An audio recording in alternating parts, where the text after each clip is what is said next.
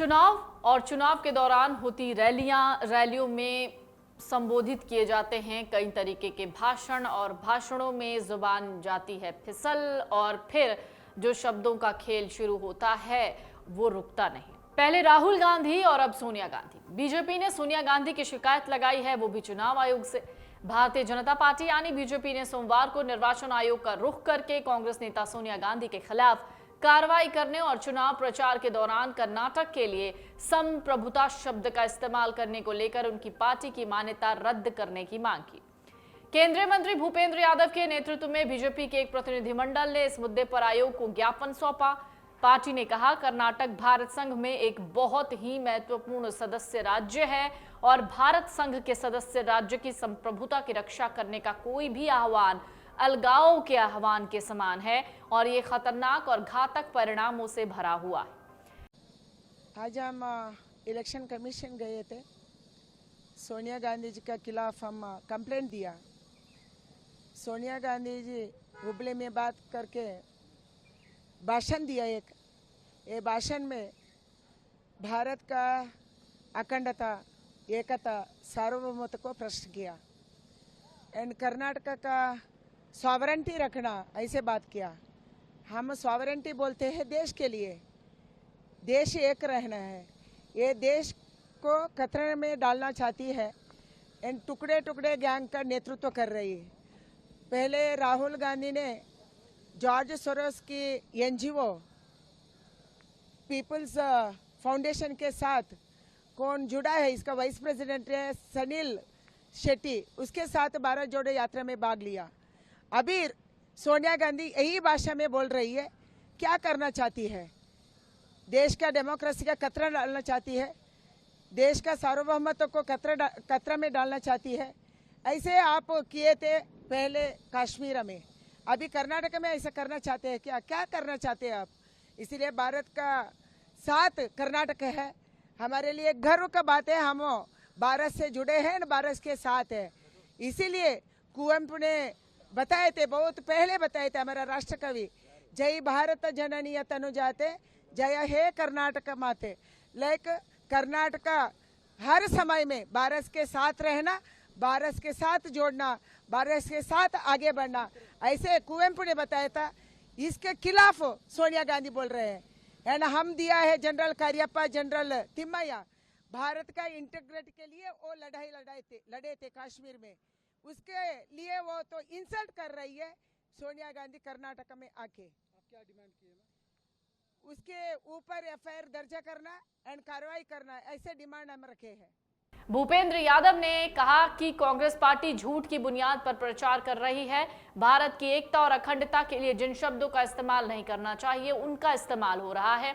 हमने चुनाव आयोग से कड़ी कार्रवाई करने की मांग की है।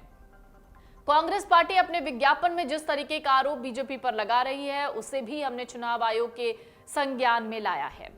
बीजेपी की तरफ से कहा गया, कर्नाटक भारत संघ में बहुत महत्वपूर्ण सदस्य राज्य है और जिस तरीके से सोनिया गांधी ने अपने बयानों में संप्रभु का जिक्र किया वो कहीं ना कहीं घातक परिणामों से भरा हुआ है। क्या कुछ कहा भूपेंद्र यादव ने, जरा सुनिए। संदर्भ में किया जाता है संप्रभुता, सॉवरेन, उस शब्द को उन्होंने जानबूझ करके प्रयोग किया है।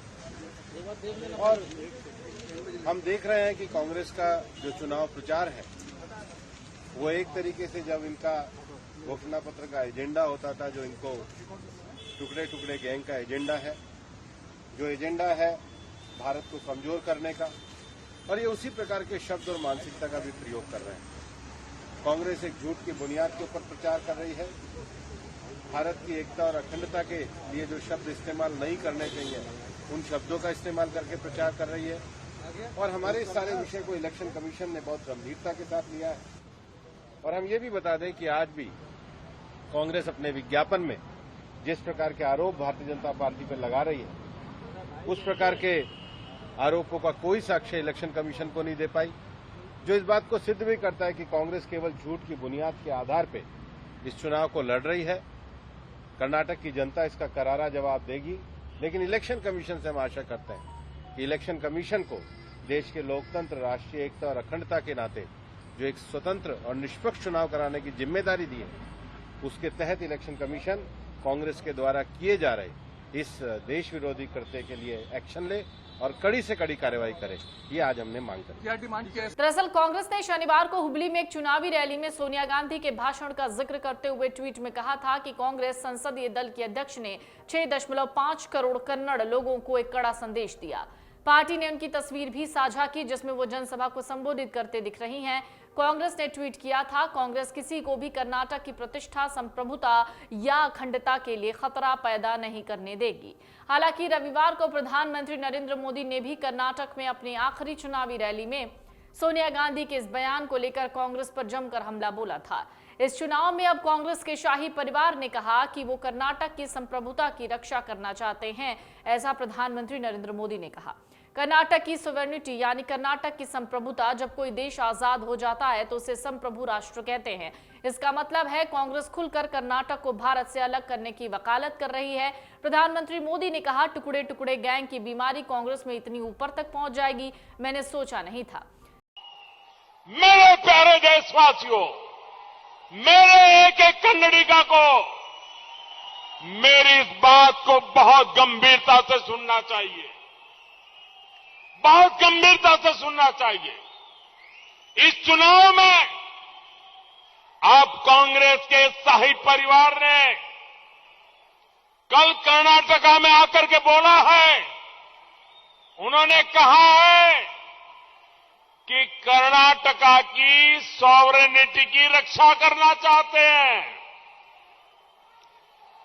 कर्नाटका की सॉवरेनिटी यानी कि कर्नाटका की संप्रभुता, क्या आपको पता है कि इसका अर्थ क्या होता है? इतने सालों से पार्लियामेंट में बैठे हैं, भारत के संविधान का शपथ लिया है और ये बात बोलते हैं। जब कोई देश, सुनिए दोस्तों, जब कोई देश आजाद हो जाता है तो उस देश को संप्रभु राष्ट्र कहते हैं। कांग्रेस जो कह रही है, इसका मतलब है कि कांग्रेस कर्नाटका को भारत से अलग मानती है। क्या आपको मंजूर है ये बात? आपको मंजूर है? ऐसा कहने वाली कांग्रेस को सजा करोगे नहीं करोगे? भाइयों बहनों, इसका मतलब है कि कांग्रेस खुलकर कर्नाटका को भारत से अलग करने की वकालत कर रही है।